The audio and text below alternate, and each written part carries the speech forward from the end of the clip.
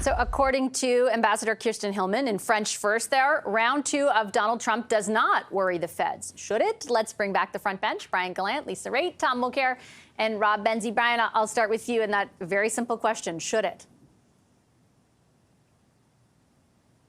I think you're on mute. I'm not, actually. You don't hear me? Okay, now we hear you. Go for it. There you go. All good. Yeah, it should. I mean, it should worry them, of course. I think the Trump administration last time around certainly showed that they're willing to go at trade pretty hard. And even if Canada wasn't necessarily the target, the way in which they went about it could have impacted us.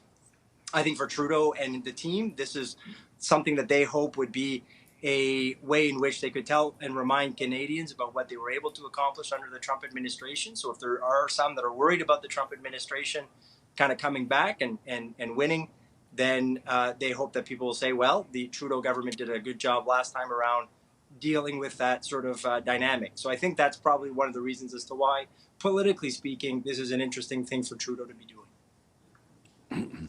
Lisa, what are your thoughts on, I guess, the prospects for being worried about what kind of an agenda with respect to Canada Donald Trump might bring with him? And I just to add some brief context for our viewers that the latest polling shows in 5 of the 6 swing states where essentially the election will be decided, Donald Trump is leading Joe Biden right now. So I would say this, that if you take a look at what the Liberals have been dining out on recently, it's all of these very large announcements of deals with various automakers for electric vehicles for the entire supply chain. All of this is predicated on a market being available in the United States. If Donald Trump gets reelected, he will not go on to say that EVs must be mandatory by a certain year. He will not go on to continuously provide subsidies and tax credits for the production of electric vehicles. He's going to pump the brakes on all of that, which puts into great danger all of these investments that the Liberal Party has been putting front and center as their big centerpiece of what they're doing on the Canadian economy. That should be worrying. That's exactly what they should be worrying about. And quite frankly, there's nothing you can do about it. If Donald Trump gets elected, he has stated very clearly what he's going to do with respect to electric vehicles. And there goes all of these big announcements with these automakers. It's over.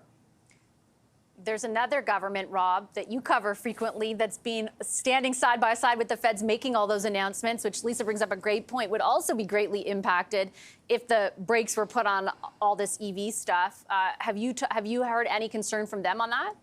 Well, I mean, the Premier Doug Ford and Prime Minister Justin Trudeau have spent literally billions of Ontario and Canadian taxpayers' money for subsidies to Stellantis, Volkswagen, Honda, and others are coming.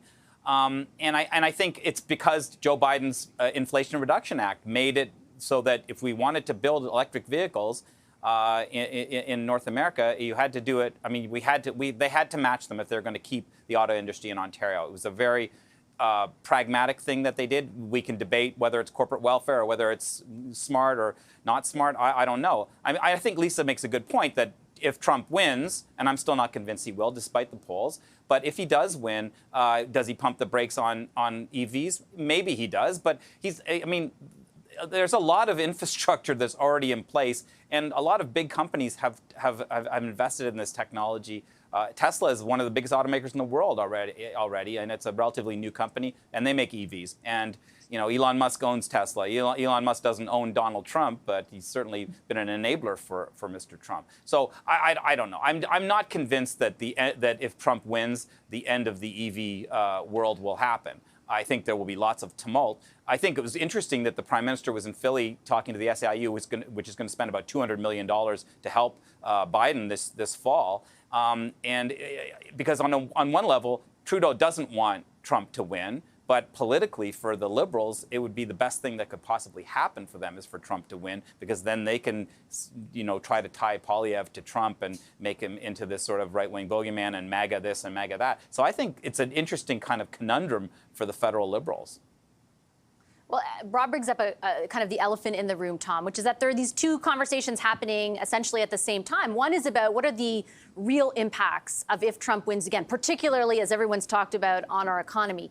The other is the political strategic discussion taking place about what will the prospect of a Trump win mean for the Liberals' chances? Because to Rob's point, there are a number of people running the Liberal campaign who feel that they can be aided by talking more about abortion, as we've seen in the past few weeks, because of the concerns we are so familiar with south of the border. What are your thoughts on the prospect of that?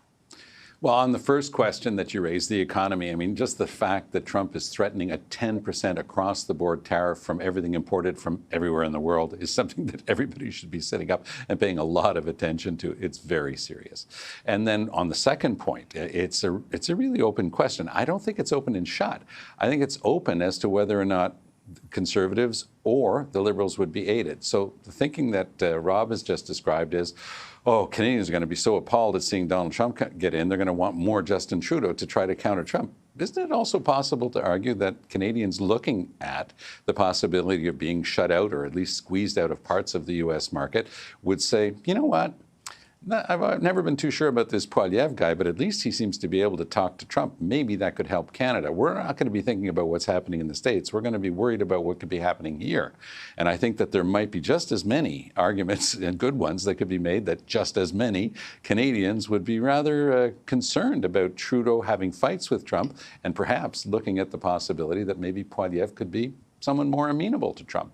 It's speculation at this stage, and we're still a long ways away from the next election. But I don't think that it's a very simple argument that only goes one way. I think that there's a very plausible way to argue that it could be just as interesting for Canadians to see more of somebody who could potentially, in the case of Poilievre, talk to Trump, who is a very difficult character to handle. I will say that Trudeau will always deserve credit, with Chrystia Freeland in particular, for having renegotiated NAFTA so successfully. I think that we actually won that negotiation, and that's something that shouldn't be forgotten in all of this discussion about what Trump 2 might indeed look like. Brian, with more talk of the possibility of Trump, in your view politically, is that better or worse for the Liberals?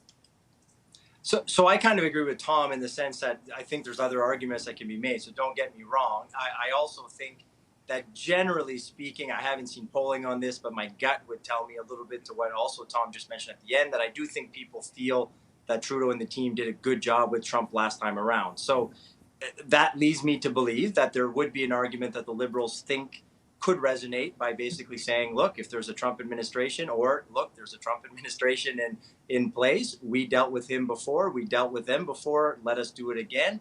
I think it's reasonable for them to think that may be something that could help them. I'm not sure it will.